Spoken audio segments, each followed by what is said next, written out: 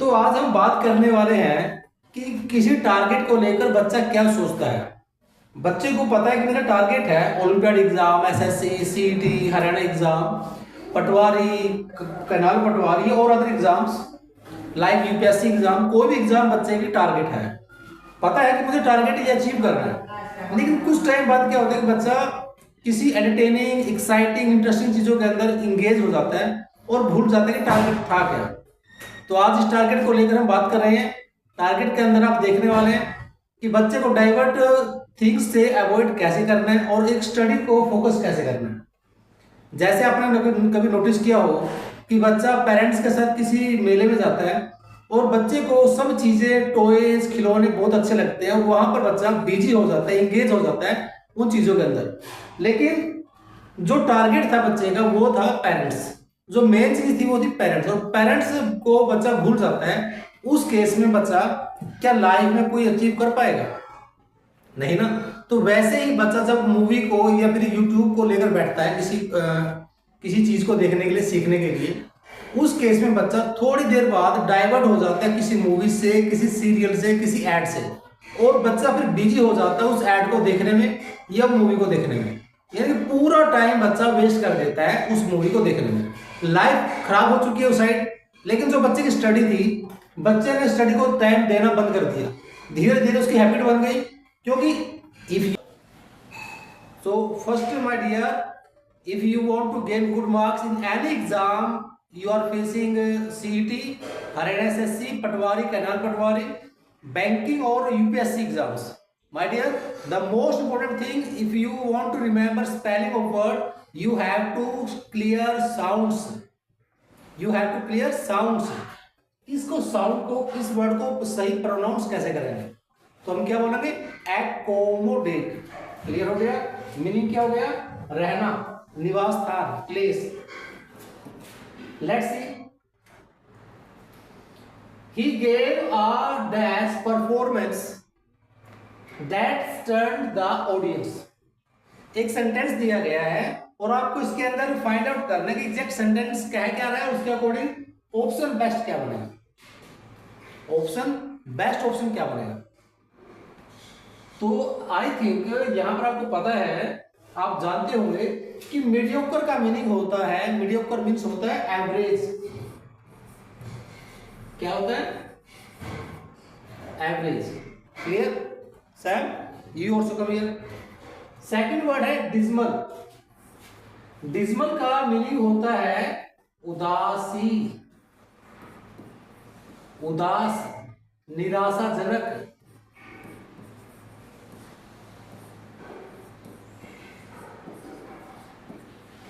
इसका मीनिंग होता है उदास, निराशाजनक, या फिर कहा जाए दुख। दुख है ये, मतलब अनप्लेजेंट है। फिर एक वर्ड दिया गया स्टेलर। स्टेलर का मीनिंग होता है माय डियर, स्टेलर मीन्स होता है relating to stars. Relating to stars, याद रखिएगा, स्टार्स के बारे में, स्टार्स के बारे में। अब स्टार का यहां पर क्या रिलेशन है? क्योंकि इंग्लिश में कभी भी ये नहीं होता कि इसका एक एग्जैक्ट वर्ड क्या है, इसका मीनिंग क्या है। तो स्टेलर का दूसरा मीनिंग, दूसरी सेंस क्या बनेगी, ये भी आपको मैं बता रहा हूं। क्योंकि अगर आप ओपन करते हैं गूगल में सर्च करोगे तो आपको मिलेगा कि स्टेलर का मीनिंग है रिलेटिंग टू स्टार्स। बट यहां पर मैं आपको बताना चाहूंगा कि स्टार्स का रिलेशन यहां पर है कि स्टार, जब भी आपका कोई बच्चा एग्जाम में या कोई टेस्ट में गेन करता है मार्क्स, तो उसको मिलता है स्टार। तो स्टार का मीनिंग क्या है? स्टार का मीनिंग होता है माय डियर आउटस्टैंडिंग। क्या मीनिंग होगा माय डियर? बच्चे को स्टार ही क्यों दिया जाता है? बताइए मुझे, बच्चे को स्टार ही क्यों दिया जाता है? क्योंकि माय डियर स्टार का मीनिंग है कि बच्चे का जो परफॉर्मेंस है वो आउटस्टैंडिंग है। Is that clear Sam? क्या कहा गया? स्टेलर मीन्स एक वर्ड होता है, हाँ मुझे यहाँ पर एक वर्ड याद आ रहा है, उसका वर्ड होता है सेलर, सीई, सेलर वर्ड होता है जिसका मीनिंग होता है तहखाना। मीनिंग होता है तहखाना। ये स्टेलर, स्टैलर का मीनिंग होगा आउटस्टैंडिंग। फिर एक वर्ड लास्ट में बच गया ऑर्डिनरी। तो ऑर्डिनरी का मीनिंग होता है माय डियर, समझते हो आप, साधारण, है ना। अब अगर मैं अकॉर्डिंग ऑप्शन बात करता हूं तो इसके अकॉर्डिंग ऑप्शन बनेगा मीडियोकर। लेकिन यहां पर एक वर्ड दिया है स्टैलर। स्टैलर का मीनिंग है रिलेटिंग टू स्टार्स, यानी कि आउटस्टैंडिंग। तो आंसर विल बी कि बच्चे की परफॉर्मेंस कैसी थी। बच्चे की परफॉर्मेंस जो एक बच्चा, कोई मान लीजिए मनप्रीत बच्चा है ना, मनप्रीत बच्चा, उसकी परफॉर्मेंस कैसी है, उसकी परफॉर्मेंस कैसी है, आउटस्टैंडिंग है। जिसने क्या कर दिया है, ऑडियंस को स्टंट कर दिया, हैरान कर दिया, आश्चर्यचकित कर दिया है। तो इसका मीनिंग भी याद रखिएगा, स्टंट का मीनिंग होगा हैरान कर देना। I think clear. तो आंसर विल बी क्या होगा आपका, answer will be stellar, outstanding. Is that clear. लेकिन इसके साथ साथ most important thing that you have to keep in your mind if you want to speak English naturally and automatically, my dear, you don't learn so many rules. You have to just focus on the contents and realize your potential. Is that clear? What I want to say, that is, use words in your daily life. I think if you use all these words in your daily life, you will feel relaxation, you will feel enjoyment, entertainment in your language, in your study. And if you want to gain or achieve something, you have to feel enjoyment in that work. And if you don't feel work, if you don't feel enjoyment in that work, it means you can't achieve that thing. So if you want to achieve, you will feel entertainment, interest in the language, in the study. So first I will tell you how to use these words, my dear, how to use these words. Your work is not just find out the exact option. Your work starts from the how to find out the exact word. Your work starts from this task and will end to speaking. This work will end to speaking, starting from the options and ending with the speaking. Like, अब मैं इस word को पहले बताओ, इसको क्या बोलेंगे, बताइए, इसको क्या कहा जाएगा, इसका साउंड क्या होगा। सबसे पहले जरूरी है साउंड, क्योंकि मेरे पास जो बच्चे हैं, बच्चों में सबसे बड़ी प्रॉब्लम यही पाई जाती है, बच्चा ऐसा कुछ बोलता है, गलत, कुछ भी गलत बोल रहा है, गलत प्रोनाउंसिएशन बोलता जा रहा है, उसकी साउंड क्लियर नहीं हो रही है। तो साउंड्स को क्लियर करने के लिए, my dear, that is the most important point, pronunciation. You have to improve your pronunciation. Like this word, not ये डिस्मल, डिस्मल ये क्या, इसे हम क्या बोलेंगे, डिस्मल, सॉरी डिस्मल, इसे क्या कहा जाएगा, डिस्मल। और डिस्मल मीन्स हम ये कह सकते हैं कि मौसम बड़ा खराब है, तो हम बोलेंगे व्हाट अ डिस्मल वेदर। क्या कहेंगे आप, देखिएगा इसका यूज कैसे किया जाएगा, how to use words in your speaking also. What are dismal weather, क्या मीनिंग हुआ इसका, कितना अनप्लेजेंट वेदर है, कितना बैड वेदर है, कितना गंदा मौसम है, यूज हुआ। तो अब आप मुझे बताइए, अगर आपने ऐसे यूज किया तो क्या आपको ये वर्ड लाइफ में यूज रहेगा, याद रख पाओगे, याद करना पड़ेगा, या फिर इसको भूल जाओगे आप। आई थिंक जब आपने इसको देखा तो आप शायद भूल जाओगे, लेकिन जब आपने उस वर्ड का यूज किया, you have made a sentence on that word, I think that will help you remember or bear in your mind how to use and how to speak English with that word. Am I right or wrong? Number 2, ये तो एक sentence हुआ, और कोई sentence बनाकर देखिए।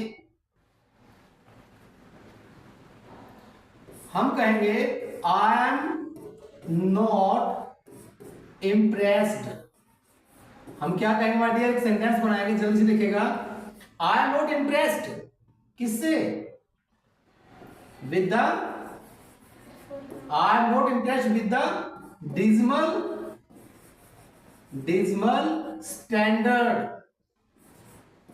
Dismal standard of teaching. क्या कहेंगे कि मैं उसके टीचिंग के डिजिमल स्टैंडर्ड से इंप्रेस नहीं हुआ। I am not impressed with the dismal standard of teaching, यानी कि स्टैंडर्ड कैसा था उसका, डिजिमल था, अनप्लेजेंट था, मजेदार नहीं था। तो मजेदार के लिए क्या करना पड़ेगा कि उसमें इंटरेस्ट डालना पड़ेगा, एक्साइटमेंट डालनी पड़ेगी माय डियर, एंटरटेन डालना पड़ेगा, उसके लिए आपको जोश डालना पड़ेगा, उसके लिए जरूरी है आपके अंदर clarity. Yes my dear, clarity जरूरी है, तो आप ऐसे यूज कीजिए। हाँ, नंबर 3 वर्ड यहां पर देखिए, एक वर्ड दिया गया है मीडियोकर। मीडियोकर का यूज कैसे करेंगे, आप कहेंगे my son is mediocre in study. My son is mediocre in study, मेरा बेटा जो है स्टडी में, समझते हो क्या है वो, ऐसे ऐसे बस मीन्स एवरेज है। हाँ, एक वर्ड होता है ordinary. I am not ordinary, he is an ordinary person, she is an ordinary woman, एक साधारण सी लेडी है। एक होता है एक्स्ट्रा ऑर्डिनरी, है ना, एक ऑर्डिनरी और दूसरा एक्स्ट्रा ऑर्डिनरी। तो एक्स्ट्रा ऑर्डिनरी को आप क्या बोलेंगे कि खास है, कुछ अद्भुत है, कुछ यूनिक है, कुछ क्या कहा जाए, आउटस्टैंडिंग है। तो माइंड क्लियर हुआ कैसे यूज करना है, क्या उसका मीनिंग क्या होगा, स्पीकिंग में यूज कैसे करेंगे आप। So these words are not used here only for exams, that are used here how to speak English with these words and remember in their life, in your life, whole life, not only for 1 day or 2 days. Next word is, you will see synonym of ephemeral. ephemeral का synonym क्या होगा sir? कैनेटा। Yes sir इसका answer eternal होगा। Eternal होगा। चलो मैं आपको बता रहा हूं, देखिए एक बार, लेट्स सी।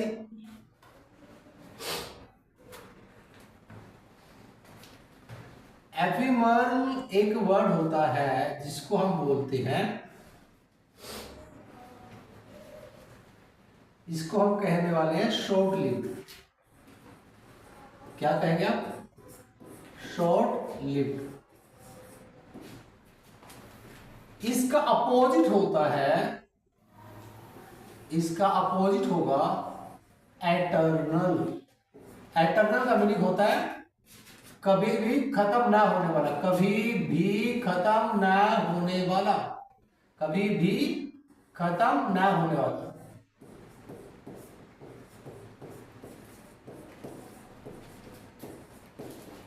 क्लियर हुआ, ये इसका अपोजिट है। मैंने बात की अपोजिट की, लेकिन यहां पर पूछा गया है सिनोनिम क्या है, राइट। चलिए मैं एक बार बता रहा हूं, देखिएगा। तो एटर्नल का मीनिंग क्लियर हो गया, शॉर्ट लिव्ड का मीनिंग क्लियर हो गया। एक वर्ड यहां पर दिया गया है फ्रेजाइल। फ्रेजाइल का मीनिंग होता है माय डियर, जब आप कभी भी कोई कांच की चीजों को देखोगे तो कांच की चीजों के ऊपर लिखा होता है फ्रेजाइल। जब भी कोई भी किसी का टीवी आता है, आप कभी टीवी मंगवाते हो तो टीवी के ऊपर लिखा होता है बॉक्स के ऊपर, जब तक आप उसको अनबॉक्स नहीं करते उसके ऊपर लिखा होता है फ्रेजाइल। भी इसके अंदर जो प्रोडक्ट है वो फ्रेजाइल है, वो टूटने वाला है जल्दी, के उसकी लाइफ कम है, शॉर्ट लिव्ड है ना। तो जो जल्दी टूट जाए उसके लिए हम यूज करते हैं fragile. Fragile for short lived कह सकते हो। नंबर 2, जो इजिली ब्रोकन हो। फ्रेजाइल मीन्स इजिली ब्रोकन, कांच का कोई सामान जो जल्दी टूट जाता है उसके लिए यूज किया जाएगा फ्रेजाइल। क्लियर हुआ, fragile. Boring, I think is that clear, boring means क्या हुआ, क्लियर हो गया। तो इसका एग्जैक्ट आंसर क्या बनेगा, शॉर्ट लिव्ड। अपोजिट क्या बनेगा, एटर्नल। अगर सर इसमें पूछा जाता है आइडेंटिफाई द एंटोनिम ऑफ, हाँ, अगर इसका पूछा जाए अपोजिट क्या होगा, एंटोनिम क्या होगा, तो आंसर क्या होगा, एटर्नल। Okay sir. और एफिमरल का मीनिंग क्या होगा, शॉर्ट लिव्ड होगा, कम समय के लिए होगा, टूटने वाला होगा। तो ये इसका मीनिंग रहेगा, है ना। तो इसका हम यूज कैसे करेंगे, लाइक फ्रेजाइल का यूज करना। तो आप कहें sir this product is fragile, ये कांच है, ये बिल्डिंग है या फिर कोई दीवार है, तो आप बोलोगे sir this wall made up of mirror is fragile, ये क्योंकि कांच से बनी दीवार है तो ये फ्रेजाइल है। या दिस टीवी इज फ्रेजाइल, सो आपको देखना पड़ेगा कि फ्रेजाइल टूट सकते हैं, तो टच बड़े ध्यान से लगना है। तो आफ्टर दैट देखिए, तो एटर्नल, जो हर पर्सन के अंदर पोटेंशियल है वो एटर्नल है, वो कभी खत्म ना होने वाला है। लेकिन हम कभी भी अपने पोटेंशियल को पहचान नहीं पाते कि हमारे अंदर पोटेंशियल क्या है, हम कर क्या सकते हैं। हमें लगता है नहीं यार मैं नहीं कर सकता, फलाना पर्सन कर सकता है, मैं नहीं कर सकता। फलाना पर्सन हीरो बन सकता है, मैं नहीं बन सकता। वो फलाना पर्सन तरह से सिंगर बन गया, मैं सिंगर नहीं बन सकता। वो काम कर सकता है, मैं काम नहीं कर सकता, मैं तो छोटा काम कर सकता हूँ। नहीं, गॉड ने हम सबको जो बनाया एक पावर के साथ बनाया, एक पावर दी है, पोटेंशियल दी है, और हमें साथ साथ उस पोटेंशियल को पहचान करनी होगी कि हमारी पोटेंशियल क्या, हम कर क्या सकते हैं। ओके, हमें गट्स देख रहे हैं। हाँ, गट्स का मीनिंग क्या कहेंगे, पोटेंशियल। गट्स, आपके अंदर गट्स कितने हैं। Let's see question number 3। हाँ, क्वेश्चन नंबर 9 है अकॉर्डिंग टू दिस। तो यहाँ पर लिखा है the new policy will be applicable from the date. Just you have 10 seconds, find out the exact answer. क्यों mister, got it, give me answer. I think answer is retrospective. Retro, Perspective. Why, क्या होगी। क्योंकि जो new policy है retrospective मतलब आने वाली चीज। रेट्रो का मीनिंग होता है my dear back. Retro means back, और स्पेक्टिव का मीनिंग होता है देखना। स्पेक्टिव मतलब देखना। आपको याद होगा स्पेक्टेकल्स बोलते हो आप, स्पेक्टेकल्स बोलते हो, स्पेक्टेकल्स को स्पेक्स भी बोलते हो, है ना, बोलते हैं ऐसे। तो स्पेक्स का मतलब क्या, देखना। स्पेक्टेकल्स का मतलब है देखना, स्पेक्टिव का मतलब देखना। लेकिन देखना कैसे है, रेट्रो मतलब बैक, पीछे देखना, यानी पिछला टाइम। कौन सा टाइम, पिछला टाइम। और प्रोस्पेक्टिव मतलब जो अभी फ्यूचर के अंदर होने वाला है, वो प्रोस्पेक्टिव है। और इंट्रोस्पेक्टिव इट मींस अंदर के बारे में, अंदर को अपने अंदर झांकना, इंट्रोस्पेक्टिव है। और सस्पेक्टिव मींस जिसके ऊपर आप शक करते हैं।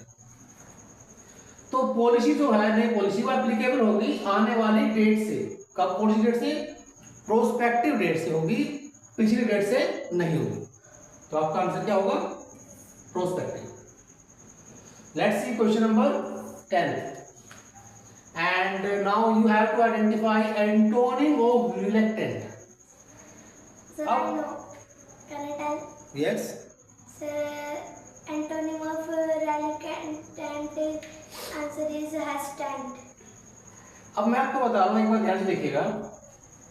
मैं आपको बताऊं उससे पहले थोड़ा आप खुद देखिए, है ना, क्योंकि मैं तो बताने वाला ही हूं, लेकिन आप उससे पहले थोड़ा गैस कीजिएगा। इस वर्ड को देखकर आपको बोलने में प्रॉब्लम हो रही है, या फिर आपको लग रहा है कि बड़ा नेगेटिव सा वर्ड है। इसको बोलने से ही हमें लगता है नेगेटिव वर्ड है। नेगेटिव मतलब कि न, न या ना, न या ना, नहीं नेगेटिव है, ना फॉर नेगेटिव। तो रिलक्टेंट का मीनिंग होता है अनिच्छुक। क्या होता है, अनिच्छुक, जिसकी इच्छा नहीं है। रिलक्टेंट से पता लगे कि अनिच्छुक है। रिलक्टेंट से क्या मीनिंग क्लियर हुआ, कि मीनिंग क्लियर होता है कि ये अनिच्छुक है। कैसे याद रखना है, क्योंकि रिलक्टेंट को बोलने में थोड़ी सी प्रॉब्लम टंग को होती है। जब टंग को थोड़ी सी प्रॉब्लम होती है, इट मीन्स वो कहीं ना कहीं नेगेटिव वर्क हो रहा है। नेगेटिव मतलब ना, ऐसे आप याद रखिएगा, नेगेटिव है, ये अनिच्छुक है ना। तो अनिच्छुक का अगर मैं बात करूं सिनोनिम क्या होगा, सिनोनिम यानी कि समानार्थी वर्ड क्या होगा, तो उसे आप कहेंगे सर हेजिटेंट। क्या होगा, हेजिटेंट। लेकिन उसने पूछा क्या है, उसने पूछा है एंटोनिम क्या है, उल्टा क्या है, अपोजिट क्या है। तो एक वर्ड है आपके पास ईगर। ईगर का मीनिंग होता है उत्सुक। मान लीजिए एक बच्चे से मैंने क्वेश्चन पुट किया, तो एक बच्चा आंसर देने में हेजिटेंट है और एक बच्चा आंसर देने में ईगर है। तो दोनों अपोजिट हुए कि नहीं हुए, यस। तो इट मींस उसने पूछा एंटोनिम, तो एंटोनिम तो ये होगा। और सिनोनिम पूछ गए तो ये सिनोनिम होगा, क्योंकि जरूरी नहीं कि अगर इस स्लाइड के अंदर आपसे क्वेश्चन पूछा गया एंटोनिम तो पेपर में भी आपका एंटोनिम आएगा, क्या पता उसका सिनोनिम दे दिया जाए, क्या पता जो गिवन ऑप्शन है इसमें से कोई ऑप्शन आ जाए। तो ये जो मैं आपको कंटेंट्स करवा रहा हूँ माय डियर, ये हर एग्जाम के लिए है, चाहे आप ओलंपियाड 6, 7, 8, 9, 10 किसी भी एग्जाम की तैयारी कर रहे हो, चाहे आप सीटी की तैयारी कर रहे हो, पटवारी की तैयारी कर रहे हो, किसी भी एग्जाम के अंदर सारा कंटेंट्स हर एग्जाम से रिलेटेड है।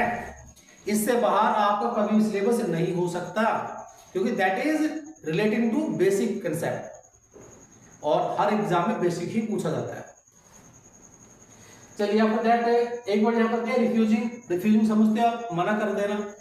और एक वर्ड दिया अनसर्टन, अनसर्टन मतलब कि जो निश्चित नहीं है, पक्का नहीं है, श्योर नहीं है। Let's see question number next दिया गया है, she tried to dash the situation with the calm reasoning, with calm reasoning. तो गैस कीजिए dear. Yes, Mr. Samsi, Samar Gaden. What will be the exact option? First, you tell me what's the exact sense of the sentence.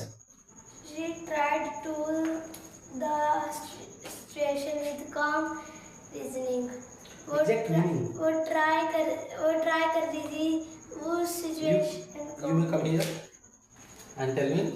वो try कर रही थी उस situation को काम reasoning के साथ। शांत दिमाग से, शांति दिमाग से ना बड़ा सोच समझ कर सिचुएशन को कोशिश करेगी क्या करने की, एग्जैजरेट। एग्जैजरेट का मीनिंग होता है किसी चीज को बढ़ा चढ़ाकर बोलना। और ये कोई वर्ड मैं बताऊं, एक मिनट, चलो बता देता हूँ, चलो मैं पढ़ देता हूँ।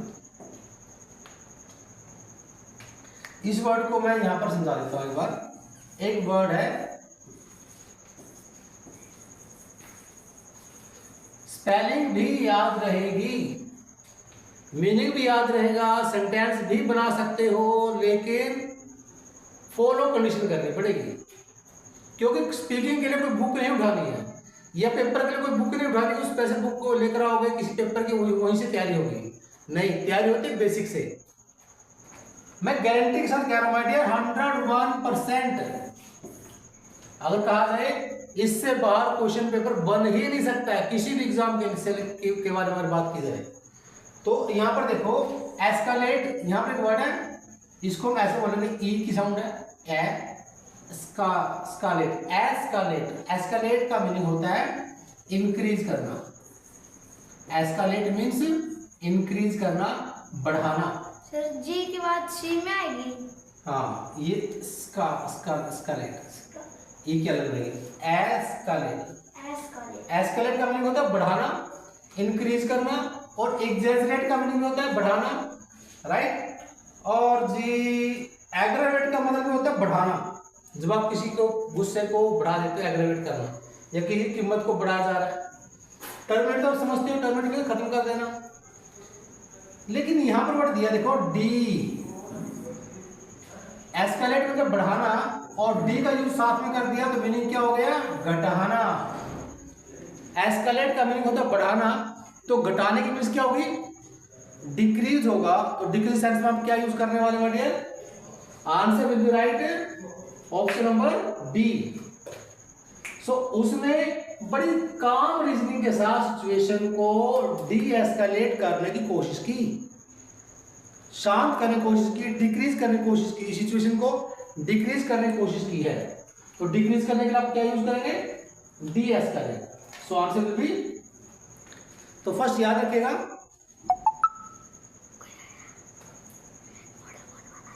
ओके 1 मिनट बोलो, 2 मिनट में भी आ रहा है। हाँ जी, next point same, first pin लेकर आने पड़ेगा ऊपर से, वो पिन अलमारी के अंदर रखी हुई ऊपर सिम के लिए।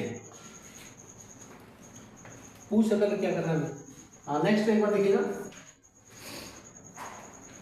Pick the right word, his ideas were dash and difficult to implement. जो उसके आइडियाज थे वो क्या थे, शायद प्रैक्टिकल थे या यूटोपियन थे। यूटोपियन का मीनिंग क्या होता है? जो सिर्फ दिमाग में सोचा जाता है, इमेजिन किया जाता है। यूटोपियन को कुछ ऐसा भी बोलते हैं, एक जैसे बोलते हैं ना राम राज्य आ गया, तो यूटोपियन को आप ये बोलते हैं आदर्श या एक राम राज्य, राम का कानून, यानी कि एक ऐसा कानून जो पॉसिबल तो नहीं है लेकिन सपनों में इमेजिन आप कर सकते हैं। तो उसने कहा कि उसके जो आइडियाज है कुछ ऐसे हैं जिनको इंप्लीमेंट करना मुश्किल है, और अगर इंप्लीमेंट करना मुश्किल है तो इट मींस क्या हुआ, उसके विचार कैसे हैं? यूटोपियन विचार हैं। यूटोपियन मींस इमेजिन वाले विचार हैं, उन सब विचारों का आप प्रैक्टिकल लाइफ में इंप्लीमेंट नहीं कर सकते हो। सो आंसर क्या होने वाला आपका? Answer will B utopian. Rational का मीनिंग होता है वही दिमाग से सोच समझ कर कोई काम करना, ओके। और यूनिफाइड का मीनिंग होता है, यूनिफाइड मीन्स जोड़ कर रखना। नेक्स्ट क्वेश्चन देखिएगा, what's the correct spelling? My dear, ये आपका होमवर्क है, ये आपको सोचना है इस क्वेश्चन के बारे में। Sir I tell, can I tell? Yes sir answer is maintenance first. Maintenance, yes maintenance, ये आंसर होगा, राइट है ना। वेरी गुड, आपने होमवर्क पहले तो आती। हाँ जी, ये क्लियर हुआ। लेट्स सी, तो आंसर क्या होगा आपका? फर्स्ट तो आपको करेक्ट स्पेलिंग देखनी है, मेंटेनेंस। आप इसको कैसे याद रखोगे? आपको इसको ऐसे बोलना है, साउंड को, प्रोनाउंसिएशन को ऐसे करना है, मेन टी नेंस, मेंटेनेंस, नेंस जैसा बोलोगे वैसे ही याद रहेगा। एग्जैक्ट याद रखने की जरूरी है कि आप उसको सही से बोले, प्रोनाउंस करें, प्रैक्टिस करें। Question number next, the professor gave a dash explanation of the topic. Professor ने टॉपिक का एक्सप्लेनेशन दिया, कैसा दिया? अब टीचर, किसी कोई भी टीचर, प्रोफेसर जब भी कोई एक्सप्लेनेशन देता है वो कैसे देगा? वो क्लियर कट देगा। तो क्लियर कट का मीनिंग क्या होगा माय डियर? क्लियर का मतलब होता है यहाँ पर लूसिड। क्या मीनिंग होगा? लूसिड। लूसिड का मीनिंग होता है प्रीसाइज भी कह सकते हो, प्रीसाइज। प्रीसाइज का मीनिंग होता है क्लियर, और प्रीसाइज का दूसरा मीनिंग होता है एग्जैक्ट। प्रीसाइज का दूसरा मीनिंग होता है एग्जैक्ट भी। तो प्रीसाइज का मीनिंग होता है क्लियर, और दूसरा प्रीसाइज का सेंस होता है exact. I can't come at the precise time, at the precise time यानी कि एट द एग्जैक्ट टाइम। क्योंकि my dear right power cut हो चुका है, तो we will start our next video tomorrow, so wait for the videos and don't forget to share, subscribe the videos, okay?